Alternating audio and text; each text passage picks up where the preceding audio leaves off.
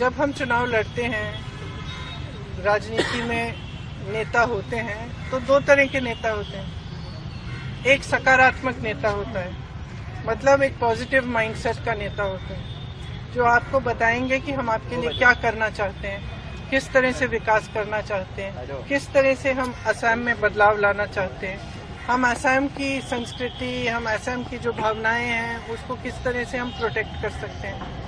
एक वो तरह की राजनीति होती है, और दूसरी ये होती है कि ध्रुवीकरण कराओ, एक दूसरे से लड़ाओ, किसी को एक दिन कोई गाली दे दो, किसी को दूसरे दिन किसी और को गाली दे दो, किसी के परिवार पर आक्रमण करो। तो ये हमारी राजनीति ना हुई है कभी और ना कभी होगी। और जिस तरह से गौरव जी और उनके परिवार पर आक्रमण हो रहा है, एक तरह से मुझे लगता है कि भारतीय राजनीति में और प्रदेश असम की राजनीति में एक मिसाल होना चाहिए कि ऐसी राजनीति गलत राजनीति है। किसी के बच्चों पे, किसी की परिवार पर इस तरह से वार नहीं होना चाहिए, और खास तौर से जब सारा गलत सारा झूठ है।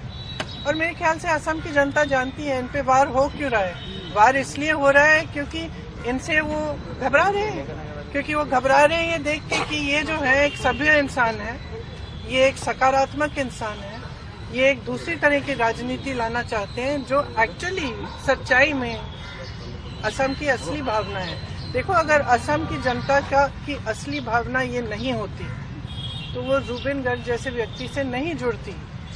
जुबिन गर्ग जी ने हमेशा एकता की बात की, हमेशा प्यार की बात की, प्रेम की बात की, तो वो तो कोई भावना होगी ना जनता के दिल में। तो मेरे ख्याल से जनता भी इसको देख के कुछ हद तक ठीक है सुन लेगी, लेकिन उनको किसी को ये पसंद नहीं आएगी ये बात कि इस तरह की गलत बातें किसी के बारे में की जा रही।